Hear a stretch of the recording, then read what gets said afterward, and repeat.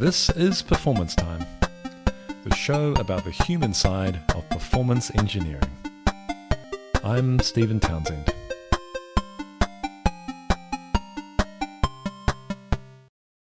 Welcome back to Performance Time. Today, I'll be joined by performance expert Ben Rowan. Ben's a consultant based out of Wellington in New Zealand.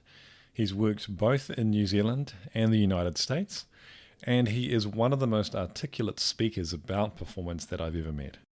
Today, I'll be asking Ben some questions about his experience as a performance engineer. Thank you very much, Ben, for agreeing to be interviewed for this podcast that I've started. It's an honor to have you on the show and to hear a little bit more about your career and your style of performance engineering. The first question I wanted to ask is, how did you get into performance engineering? Well, look, thank you very much for the invite. It's really good to chat with you. Getting into performance engineering, geez, it feels like a long time ago now. We're going back to 2007, 2008. At the time, I was actually working as a functional and integration testing consultant for a government department here in New Zealand. We were working on a large-scale government project, and part of what I was doing was some integration testing of their B2B messaging system, so transferring messages out to external providers, bi-directional stuff. And so I got to know that system relatively well. And towards the end of the project, we were joined by some performance engineers from a consultancy here in New Zealand named Equinox. And they came in and had a few questions about how things worked, and I sort of helped them understand the basic sort of fundamentals of the system. And as they went through the process of, applying load and so forth, they had further questions about how the system worked, and I managed to point out a few things that they sort of hadn't clicked onto initially and helped them solve a couple of sort of basic problems. And through that, I developed a relationship with these guys, and I clearly had an interest in what they were doing because I found the technical aspects of that whole process just so fascinating. As things transpired, that contract wound up towards the end of 2007, and Equinox happened to have an opening for someone with my skill set to come on board as a junior performance tester. So I joined the Equinox team in about 2007, 2008, somewhere around there. And the rest is history, really. I was there for 7.5 years, and then I moved on to do a couple of other things. So yeah, that was sort of my journey. I certainly didn't intend to end up here, but I'm very glad that I did. Was there anything in particular when you were working with a performance specialist from Equinox that interested you? Was there a particular thing that you saw and thought, oh, that's cool, I want to know more about that? Well, I've always been fascinated by technology. Ever since I was a kid, I've been, tinkering with various different computer systems and trying to figure out how they worked. I don't recall a lot of the detail, to be honest, of the specific problems that they were experiencing, but I was able to kind of bisect certain parts of the system. So there were instances where we were trying to figure out where a slowdown was, and I was able to inject load at certain levels in the database, which was able to prove whether the database was or was not the problem. So they were essentially treating the system as this big black box and trying to figure out what was going on inside. And I've spent a long time doing that sort of thing, kind of, in my personal life, I guess you could say, with computers, trying to figure out what's going on inside the black box. And it was really, I think, that element of it that really hooked me in. The way they were approaching this kind of scientifically, technically, a willingness to try different things, the visualizations that they came up with, being able to interpret all of this data to make sense of what was going on inside this black box and find where the problems were. And that process, just that investigative process, was a real hook for me, and I still love doing exactly that even now. I think that was probably the main thing that drove me into it. Maybe quite a good follow-on question then is there any particular person or people in your career who have inspired you and the way that you work? Oh, absolutely. You and I have worked together before, and some of this will come as no surprise to you, I'm sure.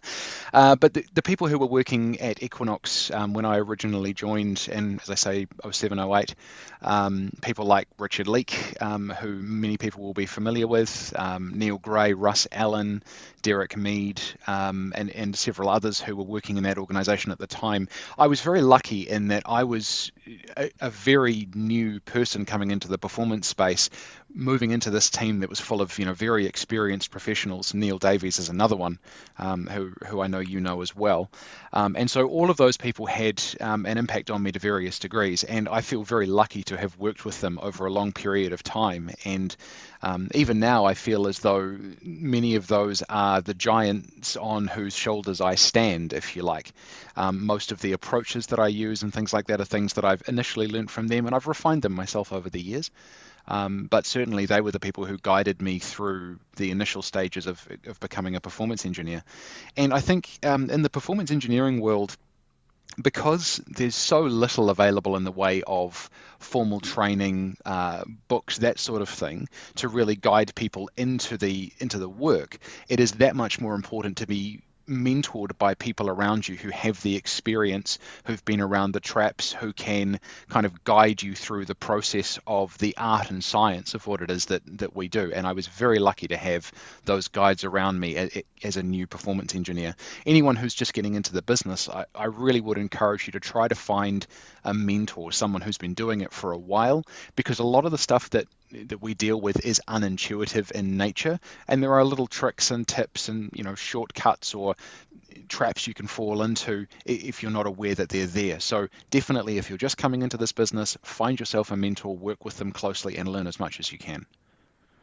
I think we were pretty lucky in New Zealand to have, in particular, Richard Leake. I think he really created a whole generation of really quite extraordinary performance specialists in this tiny little country.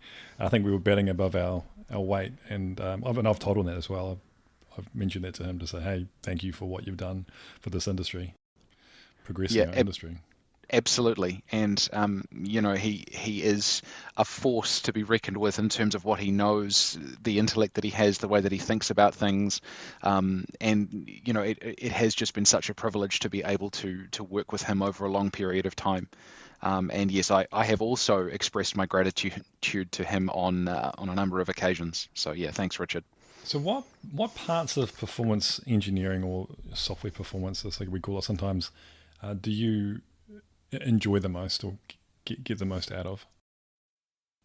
So we've talked a little bit already about the kind of black box problem solving element to it.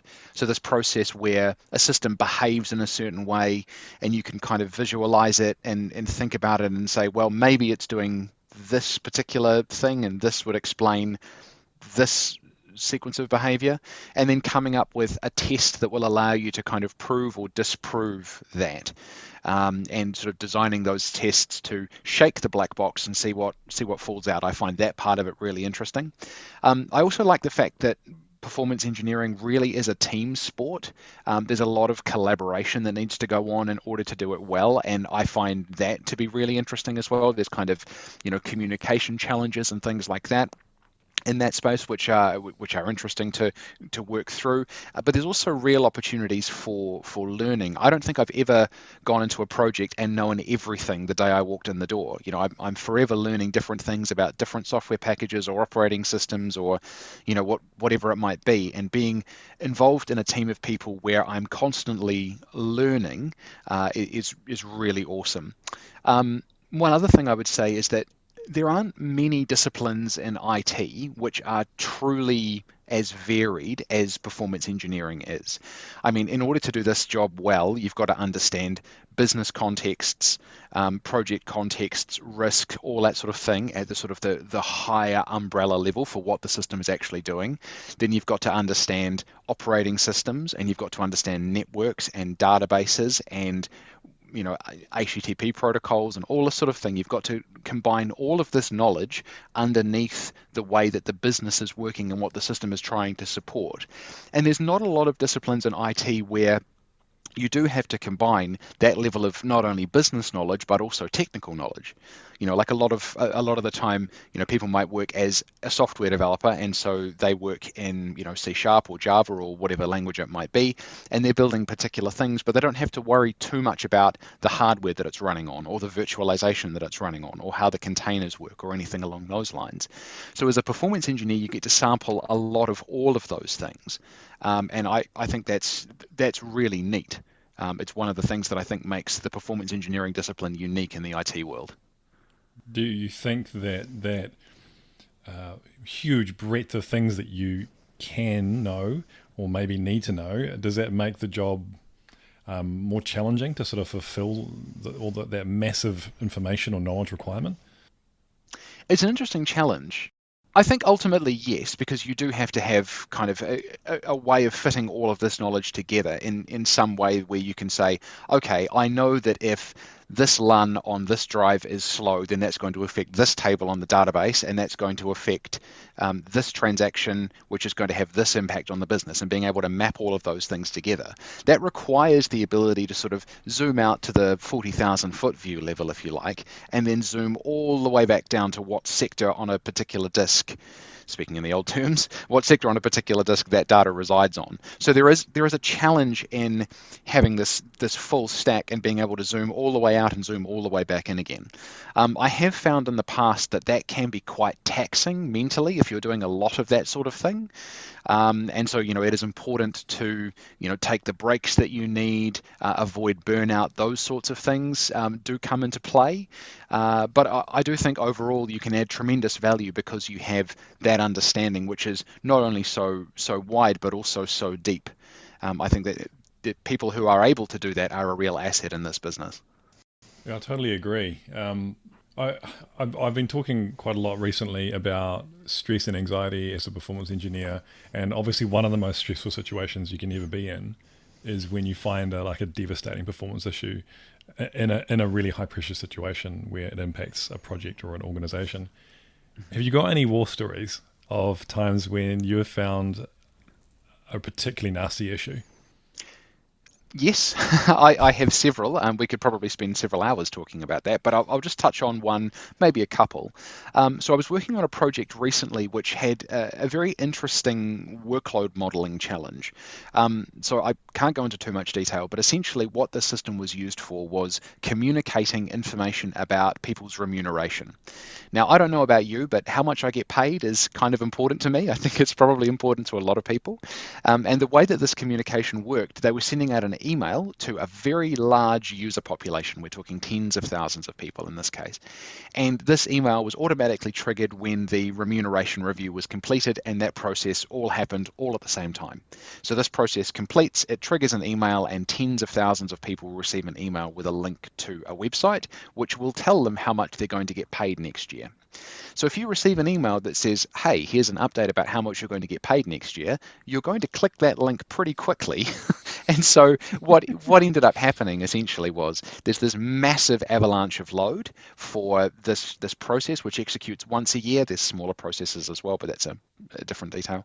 And so you have this event once a year where tens of thousands of people all visit this page to look at their information. And none of it's pre-rendered, so it's all got to be kind of put together on the fly as the users access the system.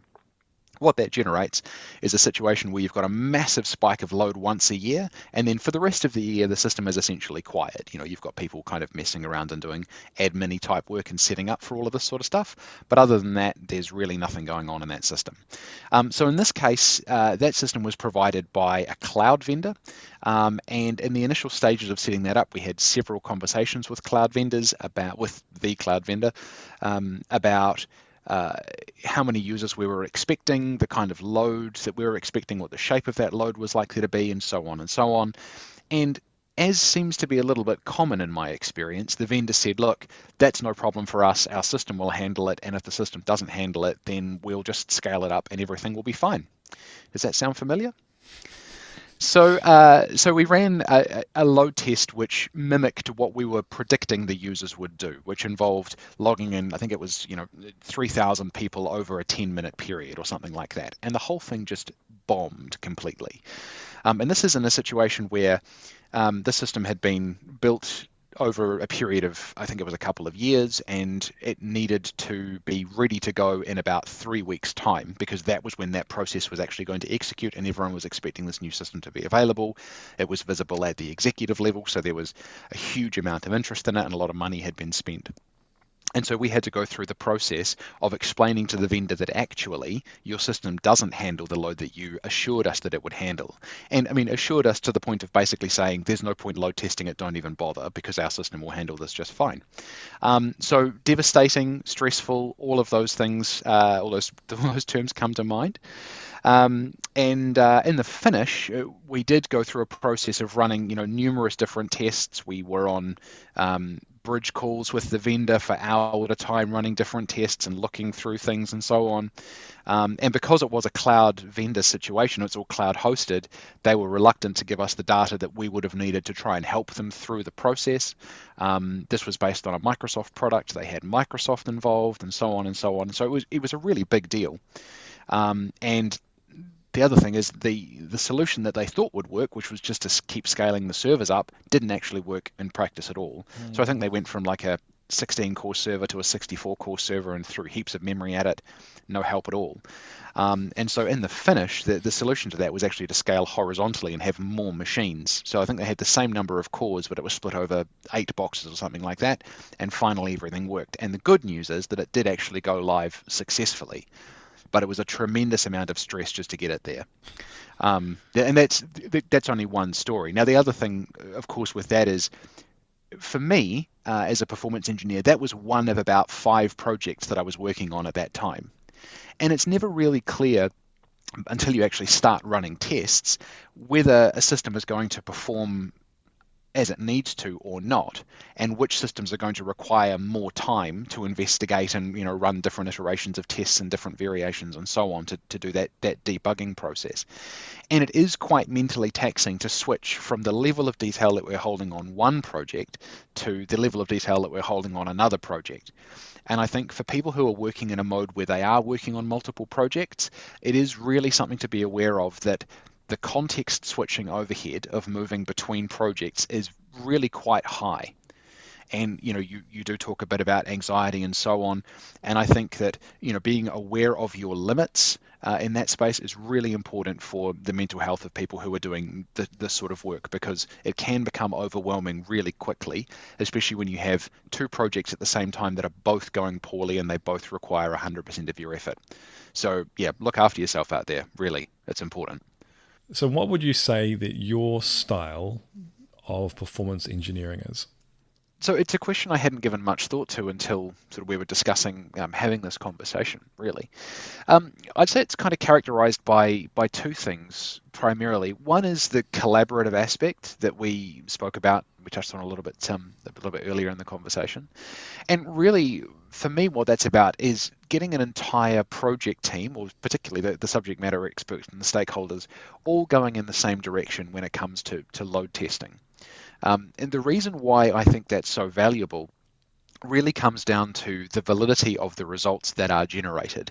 Now, on several occasions in the past few years, and I've been doing this a while, so it has come up a few times, there's been situations where we've started running some load tests and we've experienced some problems as a result of the tests that we're running. And so we look at the results and we determine that we need to get everyone in a room, which is always a good idea, get everyone in a room and talk about it. We get people into that room and we are discussing the tests, and you might have someone in the room say, well, what about this thing? What about these users? What about people in this location that you haven't included in your workload? Or we would never experience a rate of 200 a minute on that. It would only ever be 20 a minute, and things like that. Things which really should have been caught during the workload design phase, the workload modeling phase, which are only really found once the tests start to run and people have identified that particular approach to this particular thing is invalid. In those situations, it would have been much better to have everybody's input on the workload model, get everyone's agreement on the load that you're going to apply to the system, the number of users you're going to use, the scope of transactions, and so on. Get everyone involved in that process so that when there is some results to analyze, there isn't much in the way of challenge to the approach that's been taken, or at least people are aware that, perhaps certain allowances have to be made because you can't do a particular thing for some reason, and people sort of are all on the same page about that.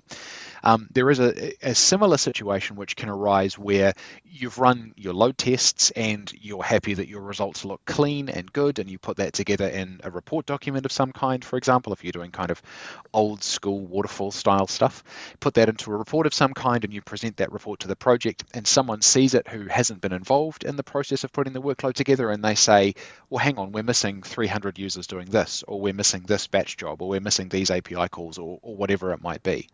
And if you had collaboration from all of the interested parties surfacing that information as early as possible, you can make sure that you deliver at maximum value from your tests, that they are as accurate as they possibly can be, and that you don't run into questions about particularly workload when you are looking at the results of your tests, or when the final report is presented. So I'd say one characteristic of my approach is collaborative. The other characteristic of my approach is scientific. So I find it much better to run a test. You experience a problem with that test, and it's much better to try to come up with a testable hypothesis for what is causing that problem, and then look at either additional tests to prove or disprove that hypothesis, or to make changes around that particular hypothesis to rule it in or out. In some circumstances, it can be really tempting to run a performance test and you find that the system is too slow, and the first reaction to that is to add additional CPU cores, say, or extra memory to a particular server and rerun the test and see what happens. Now, if you haven't gone through the process of identifying, where we're limited on CPU or we're limited on memory, then adding additional CPU and memory may not solve the problem. And in that case, it would be a waste of the time spent adding that additional resource and then rerunning the test and then finding the same issue and having to go back to the drawing board and figure out what the problem might be. Because it may be that all you actually need to do is add an index on a database table somewhere that was missed in the original design. So if you don't spend the time identifying where the problem is likely to be, and you might have a list of candidates and you can rank them in likelihood order. If you don't spend that time, then you can spend a lot of time just kind of throwing things at the wall and trying, we'll add more CPU cores, we'll add a second disk, we'll do this, we'll do that. And that can take up a heck of a lot of time. And obviously then you're running into sort of timeline delays and holding up projects and things like that. The other potential thing there is if you do add more resources to a system and it does actually fix the problem, but that wasn't the problem to begin with. So if you needed a database index, but you've managed to solve that problem by adding more memory, and therefore you have more disk cache, and therefore you can do more I/O, and so on and so on, then what you might do is end up spending a lot more on hardware resources than you actually need to. And at big scale, that can become incredibly expensive. It would be really silly to spend lots and lots of money on additional servers or bigger servers when all you really needed to do was create a database index, for example. And obviously, I am just using that as an example. There's loads of problems that might come up. But I think really understanding the behavior, coming up with some hypothesis for what might give rise to that behavior, and then designing some tests or some changes that you could make to the system to prove or disprove those hypotheses is the best way to go about debugging these sorts of problems, rather than making a suggestion, trying it off the cuff and seeing what happens. I definitely approach it from a scientific angle. Okay, this is the tricky question. Have you ever made a mistake on the job, and like a decent, significant one? And if so, what happened? Yes, I have made mistakes on the job, and every mistake is a learning opportunity. I guess you could say the biggest mistake that I've ever made on the job, and this is going back to just after I started in the performance engineering role at Equinox. I was developing some batch scripts to move some files around, and this was in a Windows environment. And someone who was there before my time had decided to put a space in the name of a directory. And I, unfortunately, did not include double quotes in a delete command. And so that delete command removed a differently named directory that did not contain the space. So it was something like project space files, but there was also a directory called project. And so I deltrie'd project, and that was 5 years worth of work gone.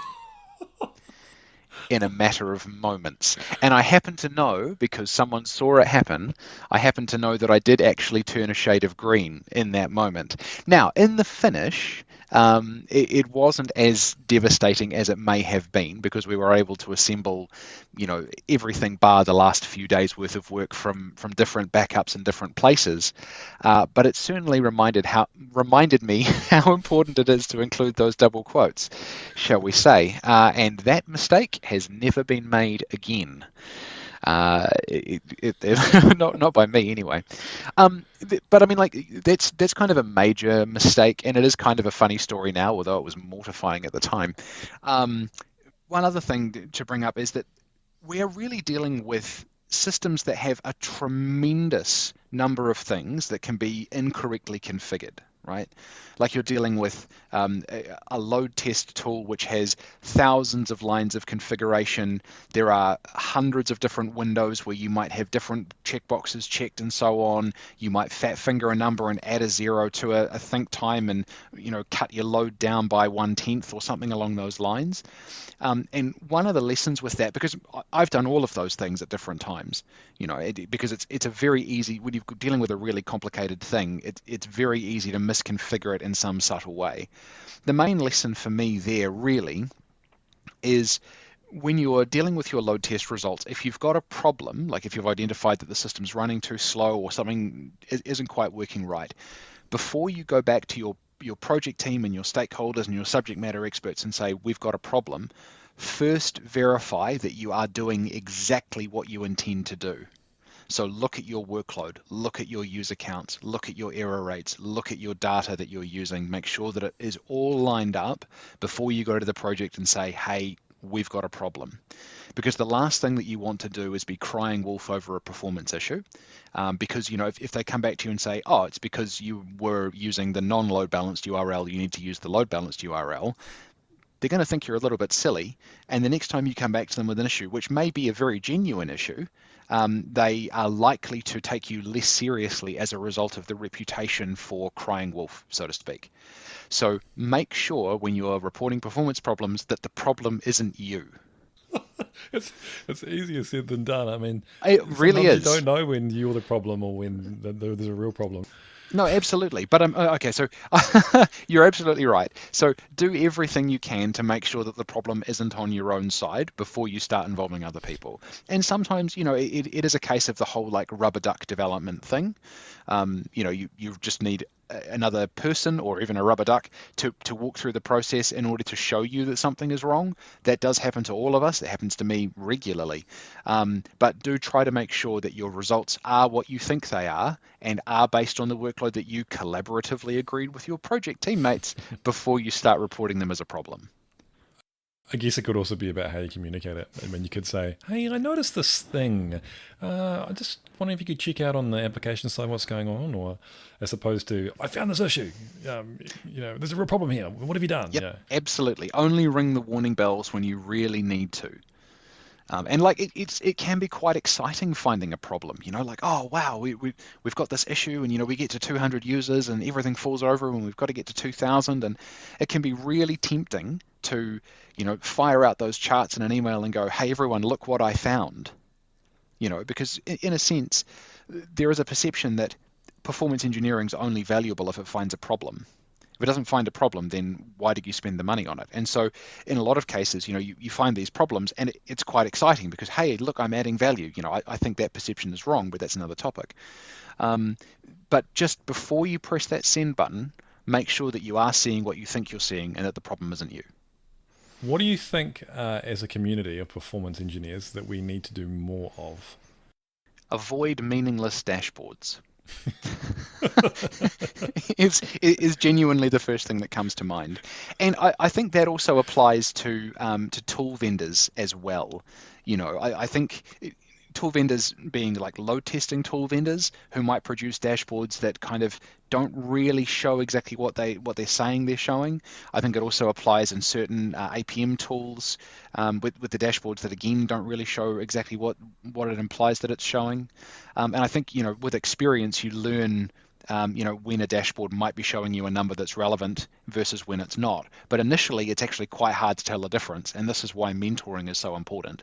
I got a tremendous amount from working with people like, Richard and Derek and others, looking at dashboards and saying, yes, the average is this, but what's actually the throughput over that time? What time is that calculated over? All of those kind of sensible questions that you need to learn to ask when you're interpreting these sorts of statistics.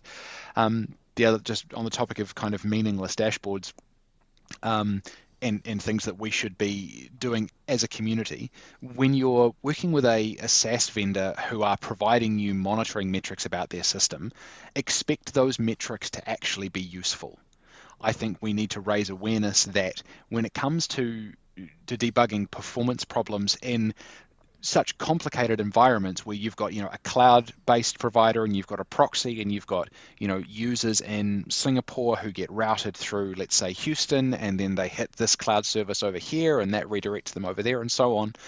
When it comes to users calling a help desk and saying, hey, we've got problems with this, it's really important to be able to assemble information which tells you whether, one, the problem actually exists, and two, where that problem might be.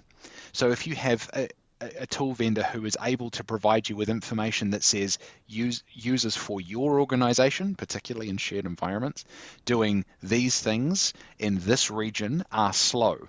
Now it would be awesome if you could get all of that information. Oftentimes you can't, like the location stuff might be a little bit tricky to get, but at least be able to get statistics that are specific to your organization and broken down in a way that makes sense. So I've seen, working with SaaS vendors and things, I see, performance dashboards which aggregate every HTTP request for every vendor into one number and give you a per minute average. And they're like, this is our performance dashboard. And it's like, well, that doesn't actually mean much to us because our users might be 8% of your global overall users, and it might be limited to us because we have such complex data or something along those lines.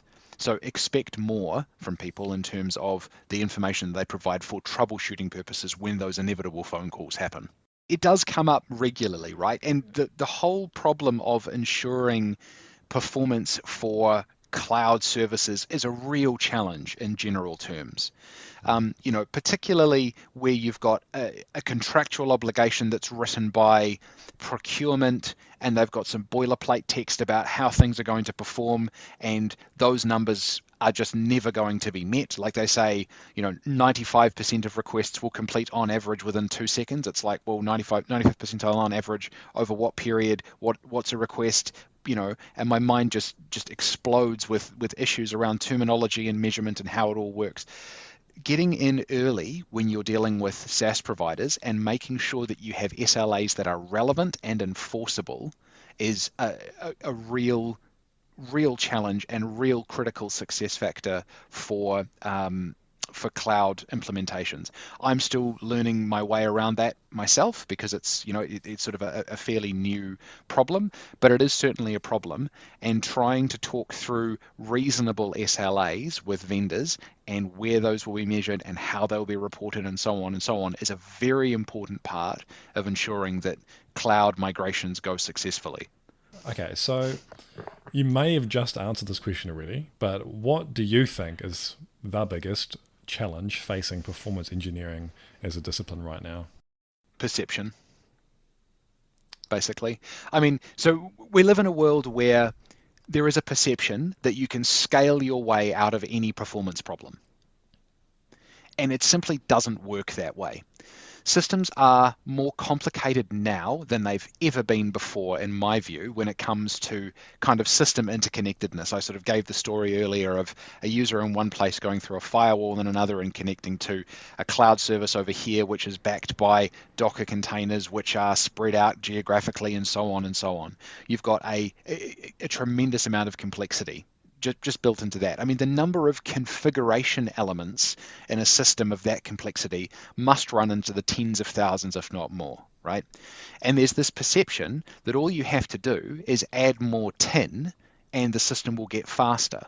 And I think in my experience with these things, more tin is the right answer only in about 30% of cases.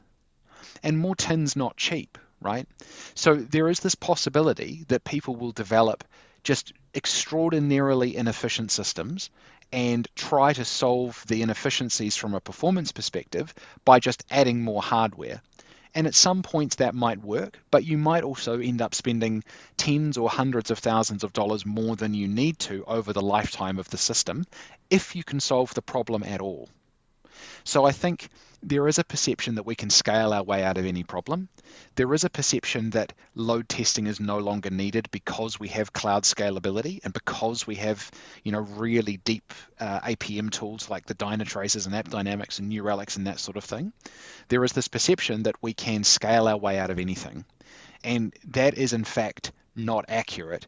And when you can scale your way out of something, you may end up spending a fortune on infrastructure that you don't need. So you might be able to scale your way out of it, but your total cost of ownership will be 5, 10, 50 times more than it might have been if you just worked to eliminate the bottlenecks in the system without scaling it up. And that story I told earlier of that critical performance problem, they couldn't scale their way out of that in a conventional way.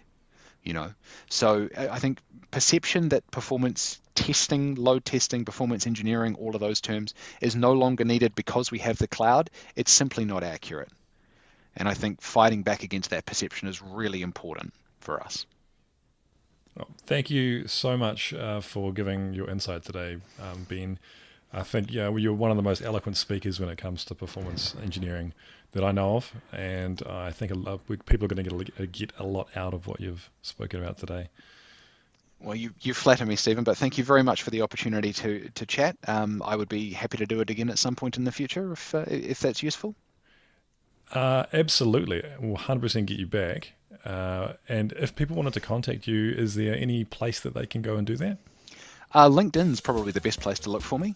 Just search for Ben Rowan. I'm sure my name will be somewhere in the name of the podcast. Just search for me on LinkedIn. I'm in there as a performance engineer, and that's probably the best way to connect with me if you want to. Thanks, Ben, for your awesome insights. It's great to hear your journey as a performance engineer. I'll be back with more interviews in the near future. And of course, more solo content as well. I'm looking to hear stories from performance engineers from around the world, from different backgrounds with different experiences. If you're interested in being interviewed, let me know via LinkedIn. Thanks again for tuning in. And as always, this is Performance Time.